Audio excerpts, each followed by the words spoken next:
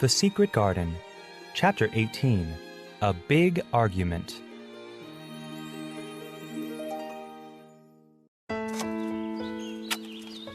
Mary and Dickon worked in the secret garden all morning. When Mary went inside for lunch, she ate quickly. Tell Colin I can't come right now, She said to Martha. I'm too busy working in the garden with Dickon. Martha looked frightened.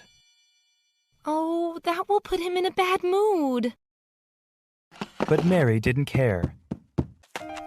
She ran back to the secret garden where Dickon was digging with his own shovel. They worked all afternoon. The fox and crow were busy too. Sometimes the crow flapped its wings and flew out of the garden. Each time it returned, it perched near Dickon and cawed as if it were telling them about its adventures. When Mary wanted to rest a bit, Dickon sat down with her under a tree. He took out his pipe and began to play. Two squirrels appeared on top of the wall to watch and listen. After a while, the children went back to work. The sun was beginning to set when they finally decided to stop.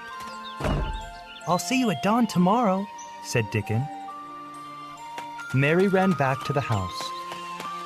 She could hardly wait to tell Colin about Dickon's fox and crow. But when Mary arrived at her room, Martha was waiting. I wish you'd gone to see Colin today. He's been on the verge of a tantrum all afternoon. Mary pinched her lips together. She saw no reason why a bad-tempered boy should interfere with what she enjoyed. She marched down the corridor in a sour mood. When she entered his room, Colin was not sitting up on his sofa. Instead, he was lying in bed. Why are you in bed? I got up this morning when I thought you were coming. Colin said without looking at her. This afternoon I asked the servants to put me back in bed. My back ached and my head ached, and I was tired. Why didn't you come? I was working in the garden with Dickon. Colin frowned. I won't let that boy in here if you stay with him instead of coming to talk to me. Now Mary was angry. If you do that, I'll never come into this room again. You'll have to if I want you to. I won't. Mary stamped her foot. I'll make you. They'll drag you in. Will they, Mr. Raja?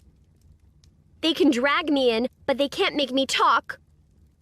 I'll sit and clench my teeth and never tell you one thing. I won't even look at you. I'll stare at the floor. They glared at each other. You're a selfish thing, cried Colin. Mary's eyes flashed with fire. And so are you. I'm not as selfish as your perfect Dickon is. He keeps you outside when I need you here. And I'm not as selfish as you are because I'm always ill. I'm sure there's a lump coming on my back, and I'm going to die. Oh, you are not. Colin opened his eyes wide.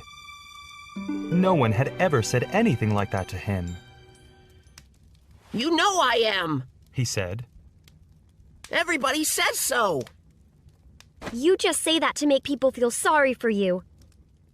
I believe you're proud of it. In spite of his bad back, Colin sat up in bed. Get out of this room! He threw his pillow at her. I'm going and I won't come back. She walked to the door, but then she turned around. I was going to tell you all sorts of nice things about Dickon's fox and crow. But now I won't tell you anything. She stormed back to her room. Martha was waiting for her, but this time the housemaid was smiling. Look what Mr. Craven sent. There on the table was a wooden box full of neatly wrapped packages. Mary sat down and opened them. Mr. Craven had sent her picture books and games and a beautiful pen and inkstand. If she hadn't been fighting with Colin, she would have run to show him everything. They would have read the books and played with the games. He would have enjoyed himself so much, he would have forgotten all about checking for lumps.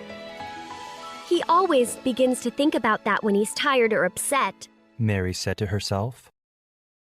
He's upset today. Maybe he's been thinking about his back all afternoon. She looked at her pile of presents. I said I'd never go back, but maybe I'll go in the morning. She'd try to see him, even if he did throw his pillow at her again.